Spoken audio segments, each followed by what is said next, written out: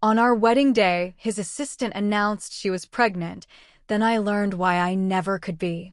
The slideshow at my wedding was supposed to celebrate 10 years of love. Instead, it displayed private photographs of my fiancé with his assistant and one picture of them holding a positive pregnancy test. By the time the ballroom fell silent, his father had collapsed. My fiancé was demanding that I apologize, and the woman carrying his child was smiling at me. I thought that was the worst betrayal waiting for me. I was wrong. The first picture appeared 12 minutes after the ceremony was supposed to begin. I remember that because I had been watching the brass hands of the ballroom clock crawl past 4 in the afternoon while 180 guests pretended not to notice that the groom was missing. The wedding coordinator kept touching the headset tucked beneath her blonde bob. My maid of honor, Rachel, had stopped telling me that traffic from downtown Seattle could be unpredictable. Even the string quartet had run out of graceful ways to repeat the same 4 songs. Then the double doors opened, and Ethan Cole walked in wearing the tuxedo I had chosen for him 6 months earlier. He did not look embarrassed. He looked busy. His phone was pressed to one ear, his attention fixed on a conversation about quarterly projections. Madison Reed, his executive assistant, hurried half a step behind him in a pale silver dress that was far too close to white. She carried his laptop bag, his second phone, and the expression of a woman arriving somewhere she already considered hers. Ethan ended the call only when his father, Richard, rose from the front row and said his name. Son. Just one word. Quiet, disappointed, and sharp enough to cut through the polite applause. Ethan glanced at me then. For half a second, something familiar softened his face. He crossed the aisle, took both my hands, and kissed my forehead. Sorry, Claire. The Bellevue acquisition blew up this morning. I searched his eyes for the man who had once driven 4 hours through a snowstorm because I had called him crying after my mother's funeral. All I found was impatience wrapped in charm. You're here now, I said. That was what I had been saying for years. You're here now. You came eventually. You remembered this time. The meeting mattered. The company needed you. Madison made a mistake. I understood. I had turned understanding into a profession. The ceremony was shortened because Ethan said he had another call at 6. We exchanged vows beneath an arch of white roses overlooking Lake Washington. His words were polished and brief.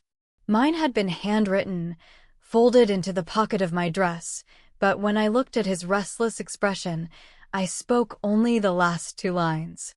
I choose you today, I said, as I have chosen you every day for 10 years. The room sighed as if it were romantic.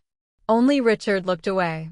The minister pronounced us husband and wife, though the marriage license still required our signatures. Ethan kissed me while the photographer's shutter clicked. His lips touched mine, but his hands stayed loose at my waist, as if he were already reaching for the next obligation. At the reception, Madison took control of the audio system. She had insisted on preparing the slideshow herself. She said she knew Ethan's schedule better than anyone and could collect pictures from his devices without bothering him. I had objected once. Ethan told me I was being territorial. She's trying to help, Claire. Let her. So I had let her. The first images were harmless. Ethan and me at college, laughing in thrift store jackets. The 2 of us eating pizza on the floor of our first apartment. The launch night of Cole Dynamics, when we had 3 employees, 1 borrowed printer, and less than $8,000 in the bank. Guests smiled. Richard dabbed his eyes with a folded napkin. Then the photographs changed. A hotel mirror. Ethan shirtless, a towel low around his hips. A restaurant booth. Madison leaning into him, her mouth against his cheek. A private jet cabin. Ethan asleep with his head in her lap while her fingers rested inside the open collar of his shirt. The room did not react all at once. Confusion moved through it in a wave. Laughter died. Forks paused above plates. Someone near the back whispered, What the hell? Ethan turned toward the projection screen. Madison did not. She was watching me. Then came the final picture. Ethan stood beside Madison in what looked like a medical office. He had one arm around her shoulders. In her hand was a plastic pregnancy test with two unmistakable pink lines. Ethan was smiling in a way I had not seen him smile at me in years, wide, startled, almost boyish. Beneath the photograph, Madison had added a caption. Our little miracle. Richard made a sound beside me. Not a word. More like a breath breaking in half. He gripped the edge of the table, knocking over a glass of water. For one terrible second, he remained upright. Then his knees buckled. Dad! Ethan shouted. Chairs scraped back. Guests crowded forward.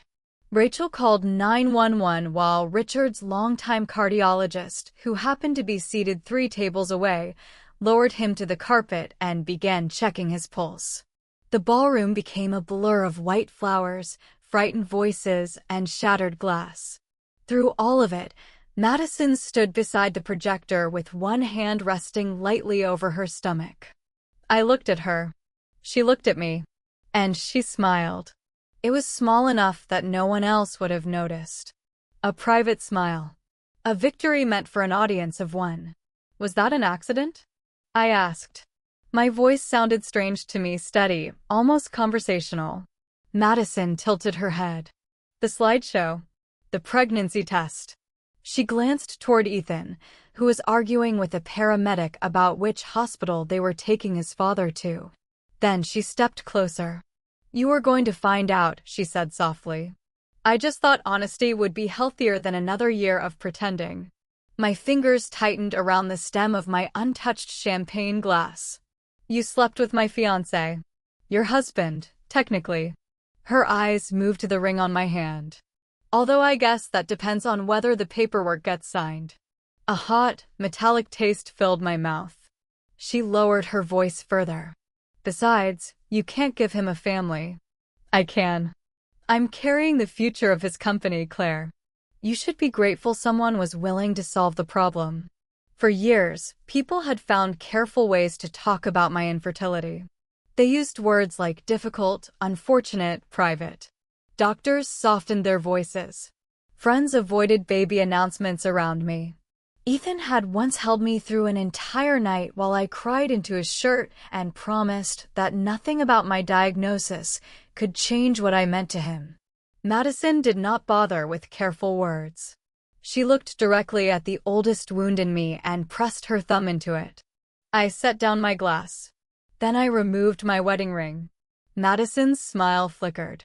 I took her left hand before she could pull away and slid the ring onto her finger.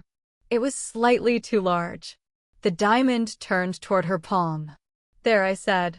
Now the slideshow makes sense. What are you doing? I'm saving everyone time. I lifted my voice enough for the people nearest us to hear. Would you like me to stand between you and Ethan for the photographs, or should I officiate when you redo the ceremony? Her face changed instantly. The confidence disappeared. Her lower lip trembled. Tears rose with such speed and precision that I almost admired the performance. Claire, please don't, she whispered. Then she stumbled backward and pressed both hands to her temples. I knew she would hate me. I told you she would. Ethan turned from the paramedics. Madison. I can't do this. She began breathing too quickly. Everyone is staring at me. I ruined everything. I should just go upstairs. I should jump and make this easier for everyone. Ethan crossed the distance between them in 3 strides. He caught her by the shoulders. Don't say that. I didn't mean for the pictures to play. I swear I didn't. She put the ring on me and laughed. She wants me dead. I stared at her. Rachel, standing beside me, whispered, "Tell me you're seeing this." Ethan looked at me as if I had created the scene. What is wrong with you? He demanded. Behind him, paramedics lifted Richard onto a stretcher. Oxygen covered half his face. His eyes found mine, full of pain and something worse, shame. I started toward him, but Ethan stepped into my path. It was a mistake, he said. I looked past him at the enormous screen, where the image of him holding Madison's pregnancy test still glowed above our wedding cake. A mistake. The slideshow was a mistake. He dragged a hand through his hair. Madison uploaded the wrong folder. She's been under pressure, and she's pregnant. You humiliating her in front of everyone is not helping. I could hear every breath in the room. You're saying the problem is that I embarrassed her. I'm saying you're overreacting. Rachel made a disgusted sound, but I touched her arm before she could speak. Ethan pointed toward Madison, who now sat in a chair with both hands pressed protectively over her stomach. She's 26, Claire. She's only been in a senior role for a few years. She made a mistake and apologized. She has not apologized. Madison gave a wet little gasp. I'm sorry. I'm so sorry. It was careless. I deserve anything you want to say to me. Before anyone could respond, she dropped to her knees. The sound of her dress hitting the floor turned every head. She slapped herself across the face. Once. Twice. A third time, hard enough to leave a pink mark. Stop. Ethan grabbed her wrists and pulled her up. What are you doing? I destroyed your wedding. Her words came between sobs. Claire, hit me if you need to. Scream at me. I was only trying to help Ethan because he's been so worried about the company and his father wanting an heir. I never wanted to hurt you. She leaned against Ethan as if her knees could no longer hold her. He wrapped an arm around her. Then he looked at me with ice in his eyes. She apologized. What else do you want? The truth would be a start. You want the truth? His jaw tightened. Fine. We've tried treatment after treatment. Every doctor says the odds are terrible. My father has been asking about succession for years. The board has questions. We needed another option. His gaze slid away for the first time. Madison clutched his lapel. Ethan exhaled sharply. The baby will be taken care of. After the birth, we can work out an arrangement. You'll still be my wife. You can raise the child if you want. The cruelty of it was so clean that I almost missed it. He was offering me his mistress's baby as compensation for the life he had broken. And if I don't want that? I asked. His expression hardened. Then I don't know what you expect me to do. Choose. Don't turn this into some childish ultimatum. It became an ultimatum when she showed our wedding guests a positive pregnancy test. She is carrying my child. His voice rose. I am not going to abandon her because you're emotional. A laugh escaped me. It was quiet, empty, and nothing like amusement. Of course not. Ethan mistook my calm for surrender. He lowered his voice into the tone he used during negotiations. Here's what's going to happen. You're going to apologize to Madison for putting your ring on her and pushing her toward a breakdown. You'll transfer $100,000 to her as compensation for the public humiliation. Then you'll go home and rest. We'll reschedule the reception after Dad is stable. Rachel stepped forward. Are you out of your mind? Ethan ignored her. If the wedding wasn't what you wanted, I'll make it up to you, he told me. We can do another ceremony next year. Bigger, if that matters so much. Another ceremony. As if a wedding were a product launch that could be delayed and rebranded. As if I could erase the sight of him smiling beside another woman's pregnancy test by ordering more roses. I looked at the man I had loved since I was 20. I remembered him sleeping on the floor beside my hospital bed when I had pneumonia. I remembered him selling his car to make payroll during the first year of Coal Dynamics. I remembered all the nights we ate takeout under fluorescent office lights, building a company from an idea and a borrowed conference room. 10 years of memories stood between us. Then Madison shifted against his chest, and his hand moved automatically to protect her stomach. The memories went quiet. No, I said. He blinked. No what? No apology. No money. No second wedding. Claire. I think you should save the replacement ceremony for her. His face darkened. You're making this worse than it has to be. No. I'm finally refusing to make it easier for you. For one moment, he looked unsettled. Then anger returned and covered it. He lifted his hand and struck himself across the face. The crack echoed through the ballroom. Several guests gasped. Ethan's cheek reddened immediately. He spread his arms, eyes bright with fury and humiliation. "Is that enough?" he shouted. "Does someone have to bleed before you stop punishing everyone?" I stared at him.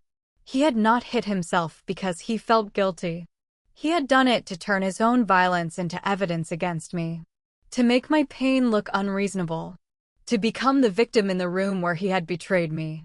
Something inside me, stretched thin for years, finally broke. Not loudly. Not dramatically. It simply stopped holding. "How did I become this woman, Ethan?" I asked. He frowned. "What are you talking about?" "The woman who waits. The woman who apologizes. The woman who gets called difficult because she notices she's being replaced." I took a step closer. "You know exactly how I became her." For a second, guilt crossed his face. He lowered his voice. "Claire, we've both sacrificed for the company." I sacrificed my health. We didn't know that would happen. I spent 6 years traveling 4 days a week because you said investors trusted me more. I handled every client who threatened to leave. I covered payroll when you missed projections. I gave up the fellowship in Boston because you said the company would collapse without me. None of that has anything to do with today. It has everything to do with today. He rubbed the red mark on his cheek and looked around at the guests, searching for a version of the story in which he still appeared reasonable. "We've changed treatment plans a dozen times," he said. "At some point, we have to be realistic. This baby gives us a future." A company future? A family future. The answer came too quickly. Behind him, Madison lowered her eyes, but the corner of her mouth moved. I saw it. So did Richard. As the paramedics wheeled him toward the doors, he lifted one trembling hand. I moved to him before Ethan could stop me. Richard's fingers closed around my wrist. His grip was weak, but desperate. "I'm sorry," he whispered through the oxygen mask. Then the doors shut behind the stretcher. The ballroom remained silent. Ethan checked his phone. That small gesture ended whatever hope remained in me. His father had just been taken away in an ambulance. His bride stood before him without a ring. His assistant carried his child. And he was checking notifications. He looked up. "I have to go to the hospital." "Yes. You should go home. We'll talk tonight." I thought he meant our home, the lakefront house Richard had purchased years earlier and transferred to the family trust. I thought, for one foolish second, that he planned to sit beside his father and finally understand what he had done. Then he added, "Set up the guest suite for Madison. Her lease ended last month, and with the pregnancy, I don't want her alone." I could not speak. He continued, mistaking my silence for consideration. "The room across from ours is best. It's close to the upstairs bathroom. Have someone move your boxes out of the closet." "Our wedding just collapsed," I said. "Your father may be dying. And Madison has nowhere safe to stay. There are hotels in Seattle. She needs stability." So did I. His expression closed. "This is exactly what I mean. Everything becomes about you." I looked down at my bare left hand. The pale indentation from the ring circled my finger like a mark left by a shackle. "There is only one version of this wedding," I said. "We missed it. We can fix it." "No, we can't." I turned toward the doors. "Claire." For the first time that afternoon, his voice held uncertainty. I kept walking. Behind me, Madison cried out, "Oh God, Ethan, my stomach." His footsteps stopped. I did not have to turn around to know which direction he had chosen. Still, I looked. He was kneeling in front of her, one hand on her knee, the other reaching for his phone. She met my eyes over his shoulder. There was no pain in her face. Only triumph. "Can you try not to make this harder?" Ethan snapped at me. "She's pregnant." Stress can hurt the baby. I walked back 2 steps. For a moment, I thought I might say something eloquent. Something final. Instead, I slapped him.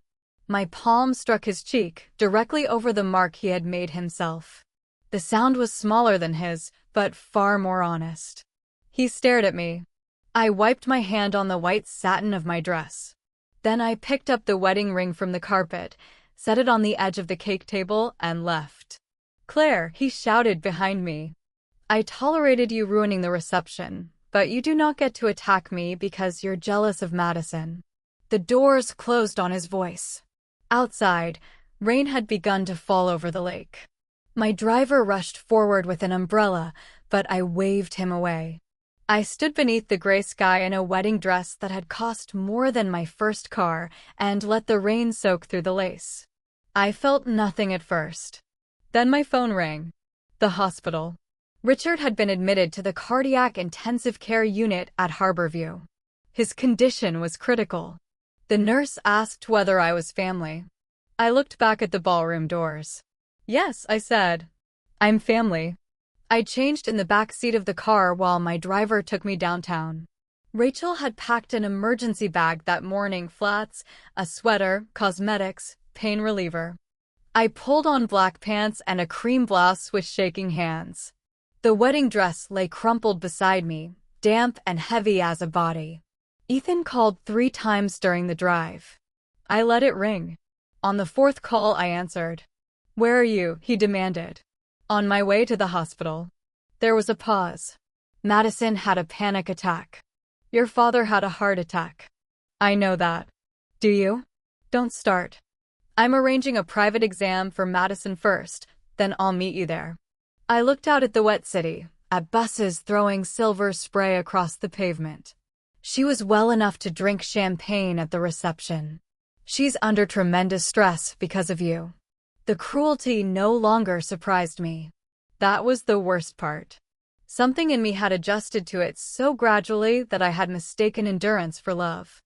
"Come to the hospital," I said. "Your father asked for you." I said I'm coming. "When?" "As soon as I know Madison and the baby are safe." The line went dead. Richard looked smaller in the hospital bed than he had ever looked in life. He had built coal manufacturing before Ethan was born, then sold most of it and invested the proceeds in our technology company when every bank had rejected us. He was a broad-shouldered man who filled rooms without raising his voice. Now tubes crossed his chest, machines breathed and blinked around him, and an oxygen mask fogged with every shallow exhale.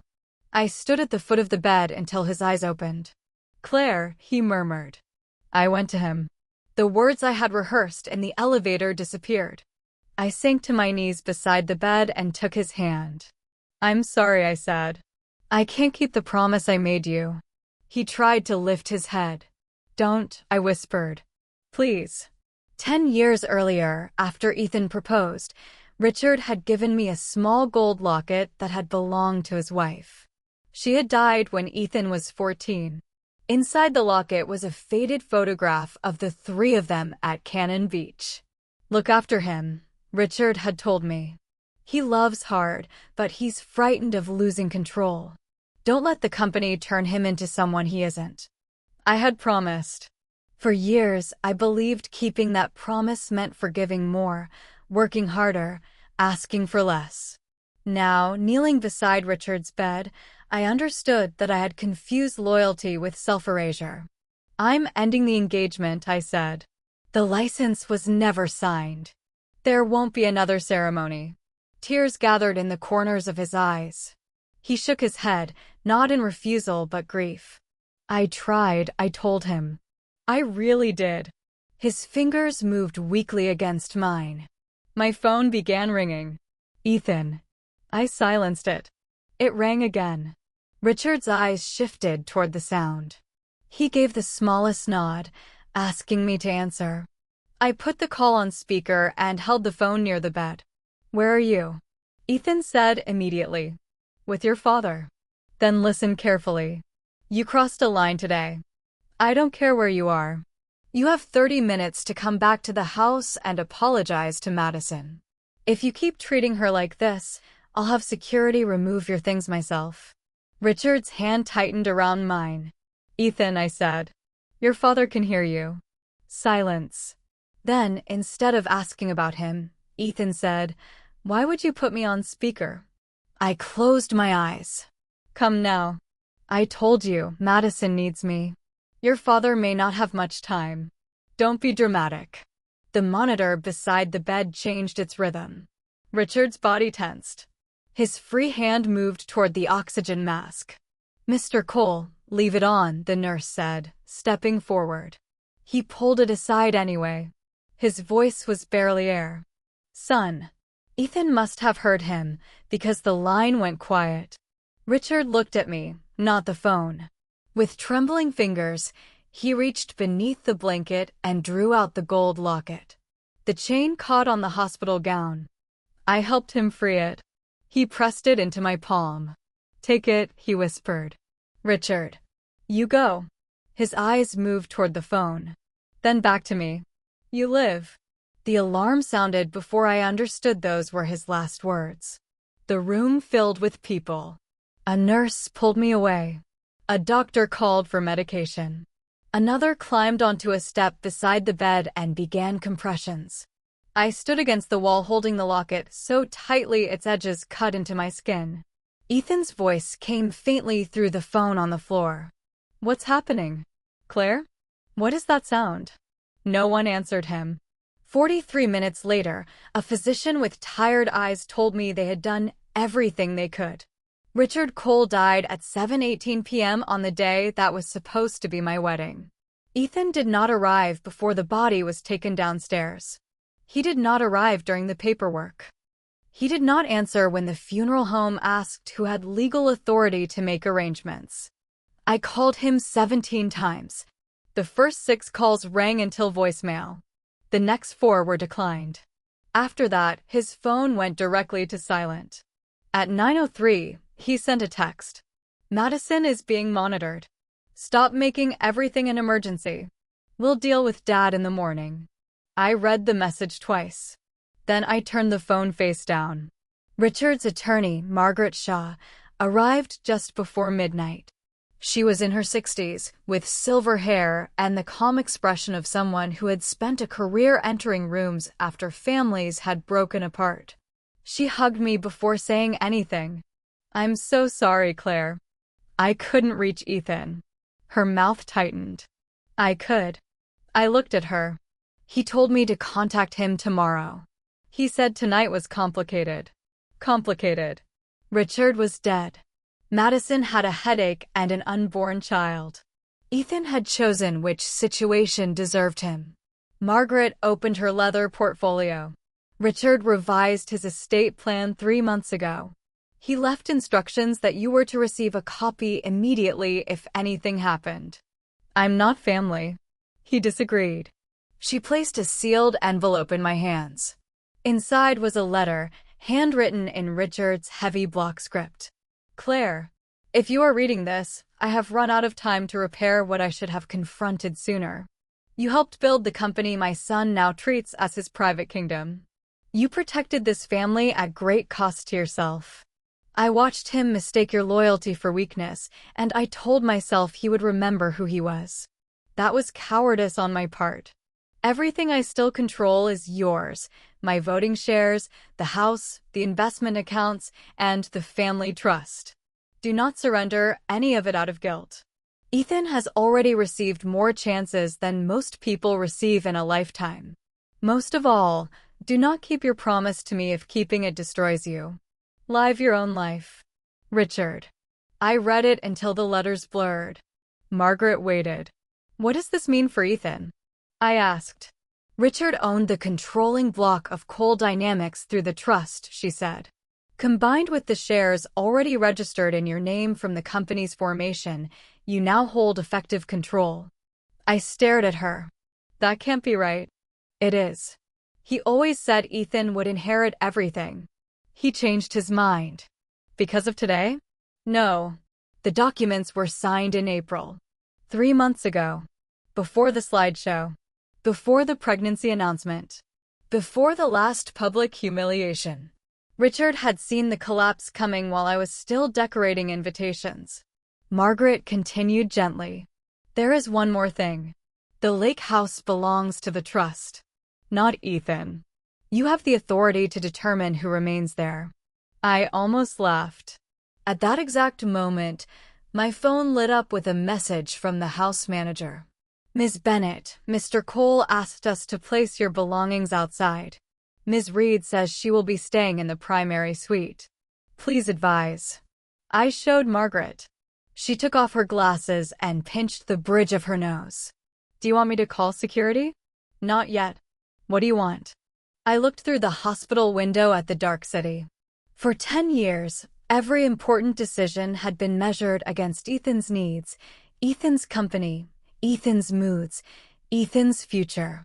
For the first time, the answer came from somewhere else. I want to take Richard home. The cremation took place the next afternoon. Ethan did not attend. He sent a message at 10:12 a.m. We should postpone arrangements until Madison is discharged. Dad would understand. By then, the funeral home had already prepared the chapel. Richard had left written instructions requesting a private cremation and no religious service. Rachel sat beside me. Margaret stood behind us. 3 longtime employees from coal manufacturing came without being invited because they had heard the news. The urn was dark walnut, simple and solid. The funeral director placed it in my hands after the service. It was heavier than I expected. So was the silence around it. On the drive to the lake house, I held the urn against my chest beneath Richard's old wool coat. Rain streaked the windows. The city passed in gray fragments, coffee shops, construction cranes, apartment balconies, people carrying groceries and living ordinary lives. My life had stopped making sense in less than 24 hours. At the gate, my access code no longer worked. I tried twice before the intercom clicked on. A housekeeper named Denise answered. Yes, it's Claire. There was a pause. Then the gate opened. My suitcases, garment bags, books, and framed photographs had been stacked under the covered entry. Someone had placed my wedding dress on top in a clear plastic bag. A corner of the hem dragged against the whetstone. I parked and sat behind the wheel for a full minute. The house was a modern structure of glass, cedar, and pale stone overlooking the water. I had chosen every chair, every lamp, every piece of art. I had spent 2 years making it warm because Ethan said the clean architectural lines felt like a hotel. Now my life sat outside the front door like unwanted luggage. I carried the urn inside. Voices came from the service hallway near the kitchen.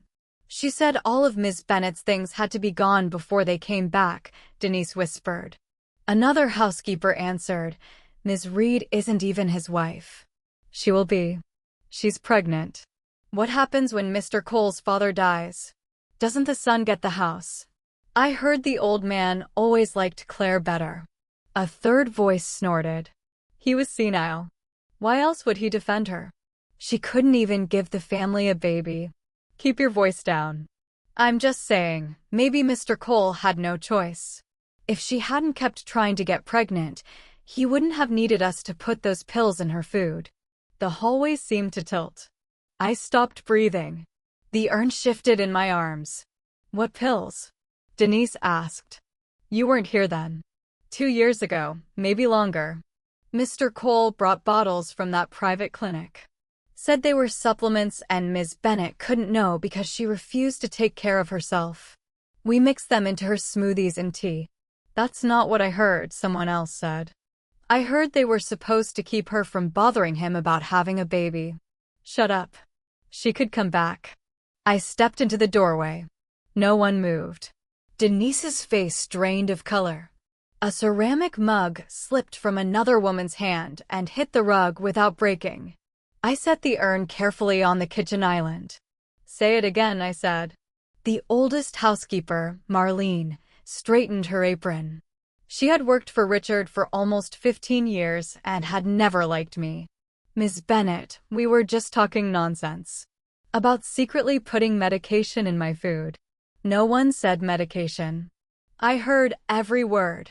She looked toward the urn, then at the envelope tucked beneath my arm. "Where's Mr. Richard?" Denise asked. I removed the coat from around the urn. The room went silent. "He died last night." Denise covered her mouth. Marlene took a step back. I placed Richard's letter and the attorney's preliminary notice on the counter. He left the house, the trust, and his controlling shares to me. No one spoke. "The good news," I continued, "is that I am now the person who decides whether you remain employed. The bad news is that every one of you who helped drug me may need a criminal attorney." Denise began to cry. "I didn't know," she said quickly. "I swear. I started 8 months ago." I looked at Marlene. "You did know." Her mouth tightened. "We followed Mr. Ethan's instructions." "What did he give you?" "I don't remember." "You remember enough to know it was hidden." "He said they were part of your treatment." "Then why couldn't I know?" She had no answer. A younger housekeeper named Tasha stepped forward. Her hands were shaking. "There are bottles upstairs," she said. Marlene turned on her. "Be quiet." "Where?" I asked. Tasha looked at me, terrified. "Mr. Ethan's private office. 3rd floor. The room he keeps locked." I knew the room. Ethan had claimed it as soon as we moved into the house. He said it held confidential acquisition files and cybersecurity equipment. The first time I tried the handle, he had snapped at me so sharply that I apologized for days. "Clients trust me with information that could move markets," he had said. "I need one space in this house that is mine." I had never entered it. "Where's the key?" Marlene folded her arms. "We don't have one." Tasha pointed toward the built-in cabinet beside the pantry. "There's an emergency key in the lockbox. Code is Mr. Ethan's mother's birthday." I knew that date. I carried the urn upstairs. The 3rd floor had always felt separate from the rest of the house. Quieter. Colder. Windows stretched toward the lake, but the hall lights were automated and dim, leaving the corners gray. The office door stood at the end. My hand hovered over the lock. For years, I had accepted that closed door as proof of Ethan's importance. He handled confidential matters. He carried pressure I did not understand. He deserved privacy. Standing there with Richard's ashes in my arms, I saw the simpler truth. The door had been closed because secrecy had served him. The key turned. A sharp medicinal smell met me before I switched on the light. The office was nothing like the sleek workspace I expected. One wall held filing cabinets. Another contained locked shelves behind tinted glass. A mini refrigerator hummed beneath the desk. On the far side, beside an expensive espresso machine, sat a row of amber bottles with printed pharmacy labels. My name appeared on 3 of them. Claire Bennett. Not supplements. Not vitamins. Prescription compounds. I set the urn on the desk and reached for the nearest bottle. The prescribing clinic was in Nevada, not Washington. The physician's name meant nothing to me. The instructions stated that the medication was to be taken daily. I had never seen the bottle before, but I recognized the bitter smell. For almost 3 years, my morning tea had carried a faint chemical aftertaste. Marlene said the new herbal blend was good for inflammation. Ethan said it came from a specialist who had helped a board member's wife. I had drunk it because he stood beside me and smiled. My knees weakened. I opened a drawer. Inside were receipts from a private compounding pharmacy, shipping records, and printed emails. Some messages were from the clinic. Others were between Ethan and Madison. I read the first one twice before the words made sense. From Madison Reed. Subject, dosage. The doctor says the current amount should suppress ovulation consistently, but long-term use increases the risk of permanent endocrine damage. Are you sure you want to continue? Ethan's reply was beneath it. She can't get pregnant right now. The company is too exposed, and she'll step away if there's a baby. We need her focused through the next funding cycle. Another message, dated 6 months later. From Ethan Cole. Claire scheduled an appointment with an endocrinologist. Move the records and make sure the clinic sends the revised report to me first. I'll handle it. Madison responded. What if she gets a second opinion? Ethan. She trusts me. Those 3 words did what the wedding photographs could not. She trusts me. I sat on the floor. The carpet pressed rough against my palms. The amber bottle rolled from my fingers and stopped beneath the desk. 3 years earlier, my periods had become irregular, then disappeared. I had been exhausted, swollen, dizzy. My hair thinned. My joints ached. I gained weight no matter how little I ate. Every symptom arrived during the worst year of the company's expansion, when I was flying between Seattle, San Francisco, Austin, and New York to keep major clients from walking away. I had blamed stress. Ethan encouraged that explanation. You've been through too much, he told me one night when I found blood on my pillow from a nosebleed. Your body is asking you to slow down. I booked an appointment anyway. He found the confirmation email because our calendars were connected. Instead of being angry, he became tender. Of course we'll go, he said. I'm worried about you too. Madison was already at the office when we arrived. She carried coffee for Ethan and a folder she said contained my insurance information. I remember how she looked at me in the waiting room, not with sympathy, but evaluation. The doctor spoke to Ethan more than he spoke to me. He used phrases like premature ovarian insufficiency and severely diminished fertility. He said the cause was unclear. He recommended additional testing, but Ethan asked whether treatment could begin immediately. In the parking garage afterward, I could not unlock the car because my hands were shaking. Ethan took the keys from me. Hey, he said, pulling me into his arms. This is not the end. What if I can't have children? Then we find another way. You always wanted a family. I want you. I had pressed my face against his chest and believed him. A week later, he brought home packets of powder and unlabeled drops. The specialist says these will help regulate your hormones, he said. They taste awful, so Marlene will mix them into tea. Every morning after that, a cup appeared beside my laptop. Sometimes Ethan watched me drink it. Sometimes he kissed my temple afterward. At the time, I called that love. On the office floor, surrounded by evidence, I finally named it correctly. Control. He had not merely accepted my infertility. He had engineered it. He had decided that my body belonged to the company because the company needed my labor. He had let me endure tests, injections, humiliating examinations, and years of grief, while knowing the diagnosis was built on chemicals he ordered someone to hide in my food. He had promised me children while paying to make them impossible. I found more emails. Madison, she's asking why the fertility clinic won't release the full file directly to her. Ethan, tell them I'm the authorized contact. If she pushes, schedule travel. She always drops personal things when a client crisis comes up. Madison, you know this is dangerous. Ethan, don't pretend you care about her now. Then, a year later. Madison, my test is positive. Ethan, are you sure? Madison, yes. Ethan, do not tell Claire until after the wedding. Dad's trust amendment becomes harder to challenge once the marriage license is signed. My skin went cold. The slideshow had not simply been Madison's attempt to humiliate me. It had disrupted Ethan's plan. He wanted the marriage completed before I knew about the baby. He wanted legal access, emotional leverage, and perhaps a stronger claim to whatever Richard left me. Madison had grown tired of waiting. I searched the cabinets until I found copies of medical records. The reports given to me were incomplete. Dates had been altered. Results from an outside lab had been replaced with a summary describing my condition as idiopathic and likely permanent. Beneath them was a consultation note from the Nevada physician.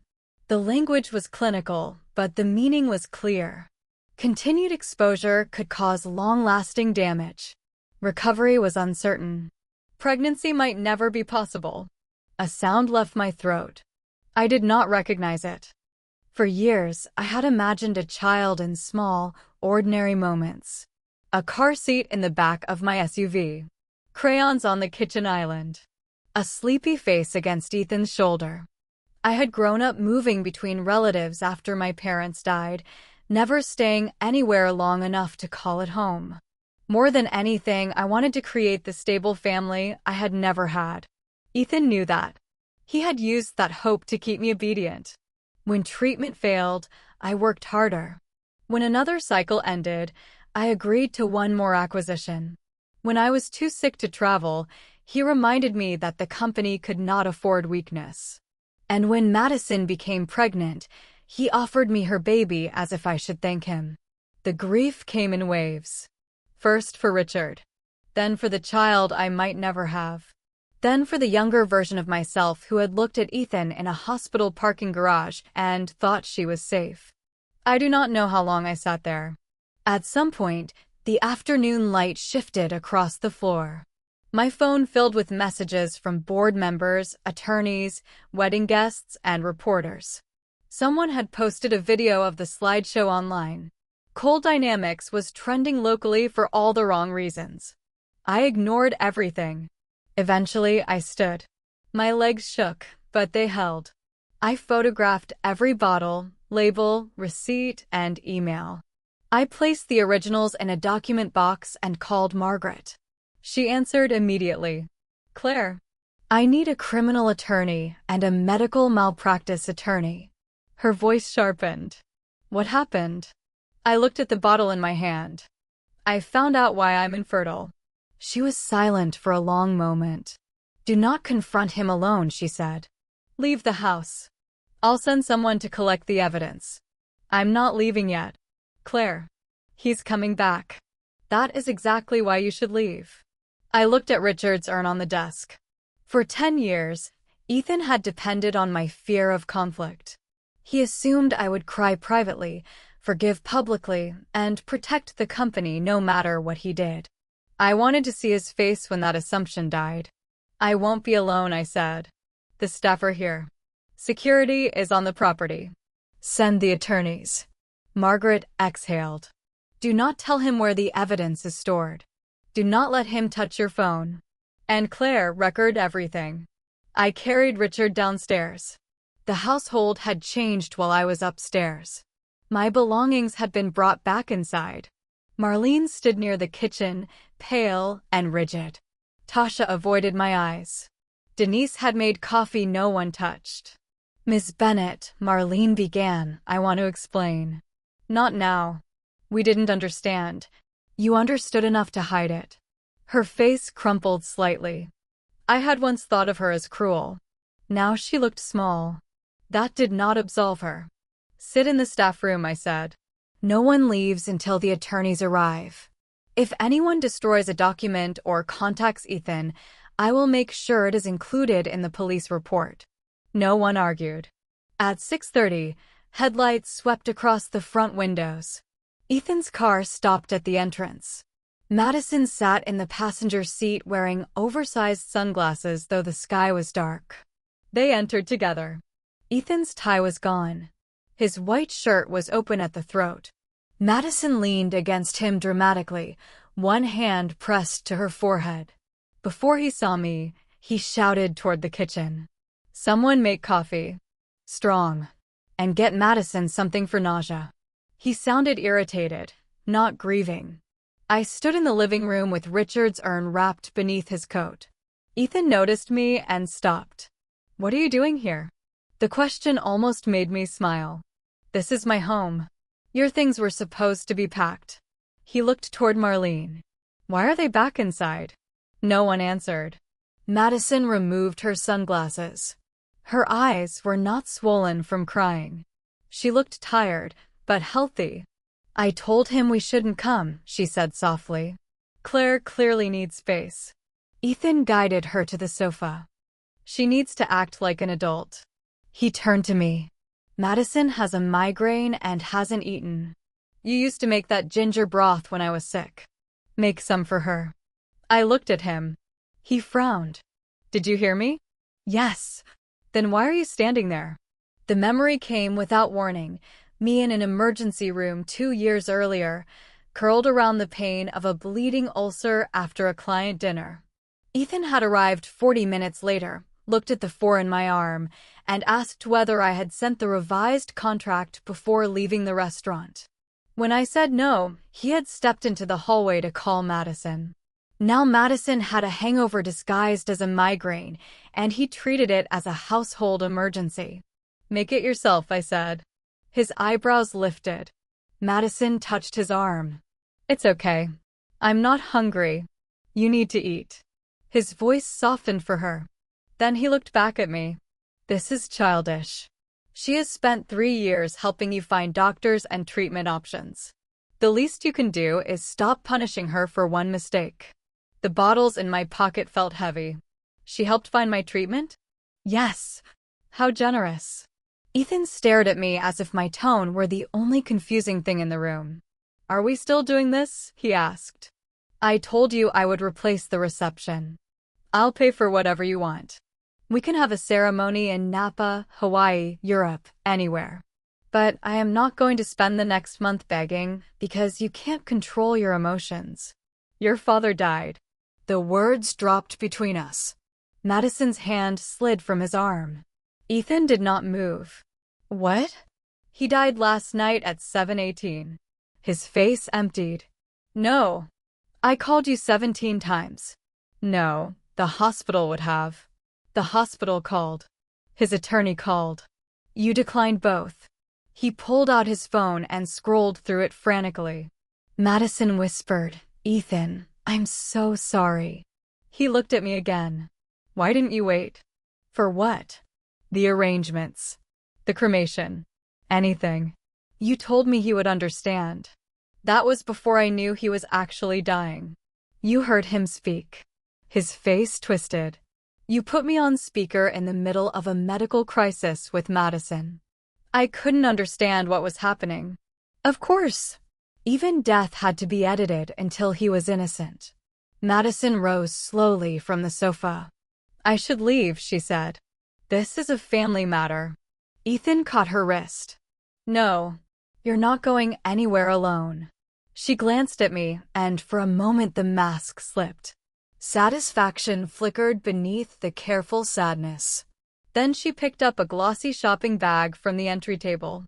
"I brought Claire something," she said. "An apology gift." "You don't owe her anything," Ethan replied.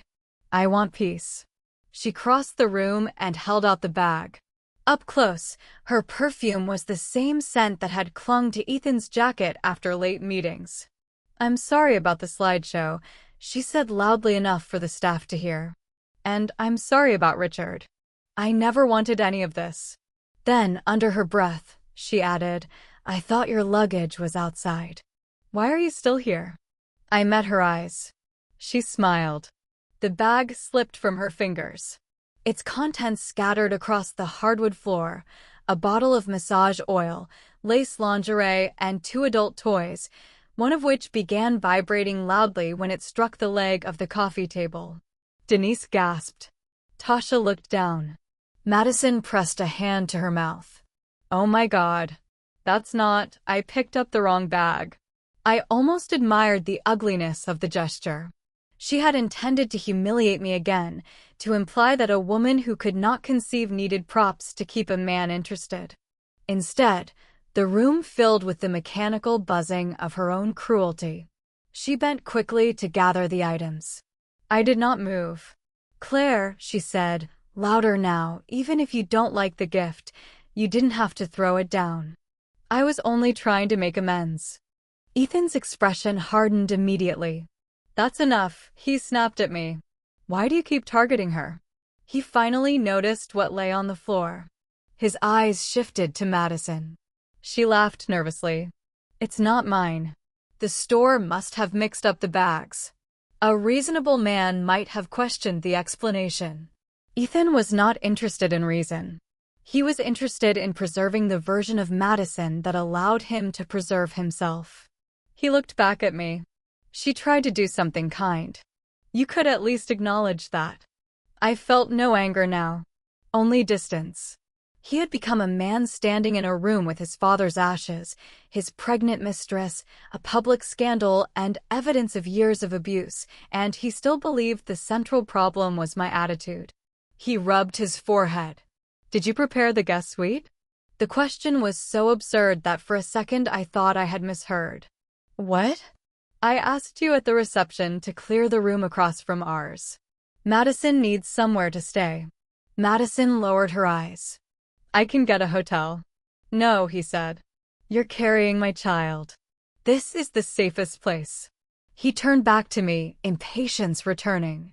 Well, I looked at the staircase leading to the primary bedroom, at the dining room where Richard had celebrated his last birthday, at the kitchen where people had hidden drugs in my tea, at the windows reflecting three strangers who had once called themselves a family. "You're right," I said. Ethan blinked. Madison's head lifted. "There's no reason to use the guest suite." Relief spread across his face. "Exactly. I knew once you calmed down. She should move into the primary bedroom." He paused, then smiled. It was the first genuine smile he had given me since entering the house. "Thank you," he said. "That is finally a mature response." Madison placed one hand over her chest. "Claire, I don't want to take your room." "You already took everything else," I said. Ethan ignored the words. "We can make this work. Once things settle, I'll take you back to the fertility clinic. We can try in vitro fertilization again. Maybe as a donor. There are options." He spoke with confidence, as if generosity belonged to him. I reached into my pocket. The amber bottles clicked together. "But you won't need to move my clothes," I continued. "I won't be staying." His smile disappeared. "Don't start this again." "I'm not starting anything. I'm ending it." I carried the wrapped urn to the coffee table and set it down. The coat fell open. Richard's name was engraved on the brass plate. Ethan stared. All the color left his face. "Dad," he whispered. I placed the gold locket beside the urn. "He gave this back to me before he died. He told me to go live." Ethan reached toward it. I covered it with my hand. "Don't." His fingers stopped in midair. "You cremated him without me. You abandoned him without me." He flinched. Madison moved close to his side, but he did not seem to notice her now. I took Richard's letter from my bag and laid it on the table. "His attorney has the originals. He left me the house, his investments, the family trust, and his voting shares in Coal Dynamics." Ethan stared at the paper. "That's impossible. It was signed 3 months ago." "He wouldn't do that." "He did. This company is mine." "No," I said. "It never was." His breathing changed. For the first time, real fear entered his eyes. "You manipulated him." "I didn't know about the will until last night." "You turned him against me." "You did that yourself." Madison stepped back slightly. Ethan noticed. His head snapped toward her. "You knew about the trust amendment?" "I only knew he was reviewing things," she said quickly. "You told me the marriage license would protect you." The room went still. Ethan's eyes widened. Madison realized too late what she had admitted. I almost felt sorry for how quickly they began to fear each other. Almost. I reached into my pocket again and placed the 3 prescription bottles beside Richard's letter. Ethan stopped breathing. Madison's hand flew to her stomach. No one spoke. I added the printed emails one by one. The dosage warning. The altered medical report. The instruction to delay telling me about the pregnancy until after the marriage license was signed. Ethan's face went gray. "Claire," he said. It was the first time all day he had spoken my name without anger. I looked at him. "What is this?" he asked, though he knew. "You tell me." He glanced toward the staff. "Everyone out." No one moved. I said, "Stay." They stayed. Ethan's mouth tightened. "This is private." So was my body. He lowered his voice. "You don't understand the medical context. I understand that you paid a doctor in Nevada to prescribe medication in my name. I understand that you ordered employees to hide it in my food. I understand that the clinic warned you it could permanently damage my fertility, and you continued anyway. Madison whispered. Ethan said it was temporary. He turned on her. Shut up. She recoiled. I watched the alliance between them begin to crack. Ethan stepped toward me. Claire, listen. The company was in a fragile position. You were talking about taking leave. Investors were nervous. If you had become pregnant then. If I had become pregnant, I might have chosen myself. His silence answered. You decided I was more valuable sick and working than healthy and free. That's not fair. You let me believe my body had failed me. I was trying to protect what we built. You protected a corporation from the inconvenience of my humanity.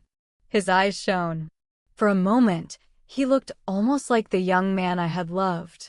Frightened. Cornered. Desperate to be forgiven before he had admitted what he had done. I always planned to stop, he said. After the funding round. Then after the acquisition.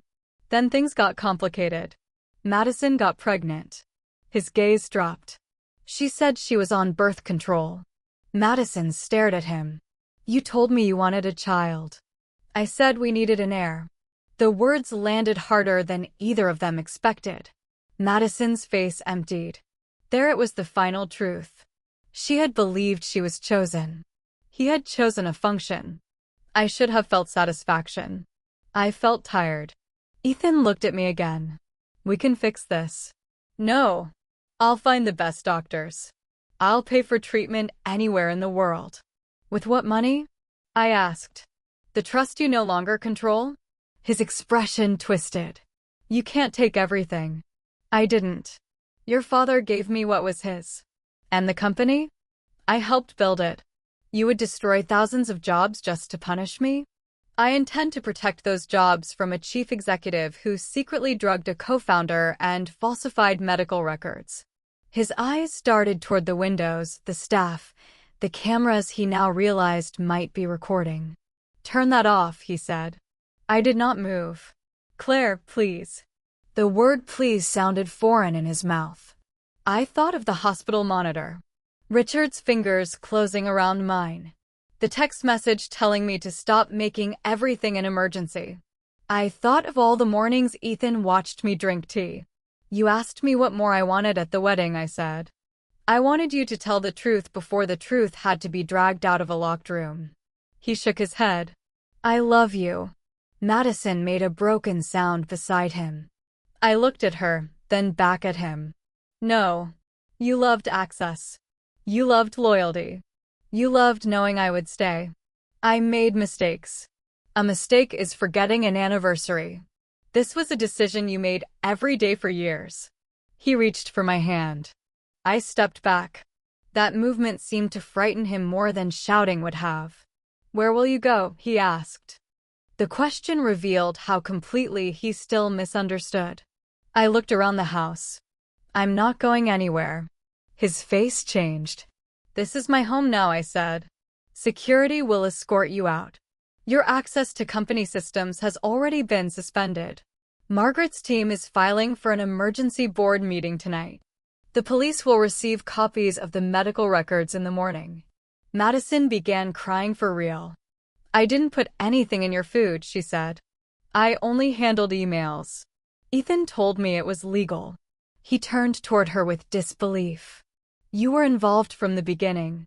I warned you. You found the doctor. Because you told me Claire was unstable and dangerous to herself. They spoke over each other, blame spilling faster than either could contain it. I listened for a moment. Then I raised one hand. They stopped. Not because I shouted. Because the house no longer answered to him.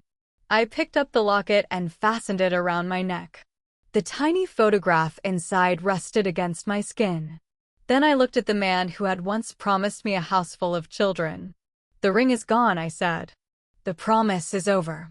Your father's trust belongs to me because he knew what you had become. And I know what you did to my body. Ethan's face crumpled. Claire. I shook my head. You made sure I could not imagine a life beyond you. That was the whole point, wasn't it? Keep me sick. Keep me useful. Keep me grateful that you stayed. He had no answer. I stepped beside Richard's ashes and rested my hand on the urn. For the first time since the screen lit up at the wedding, my voice did not tremble. You are wrong about one thing, Ethan. He looked at me. I don't need you to stay. Outside, the rain had stopped. The clouds over Lake Washington were beginning to break, and a thin band of evening light stretched across the water. I opened the front door. Without you, I said, I can live better.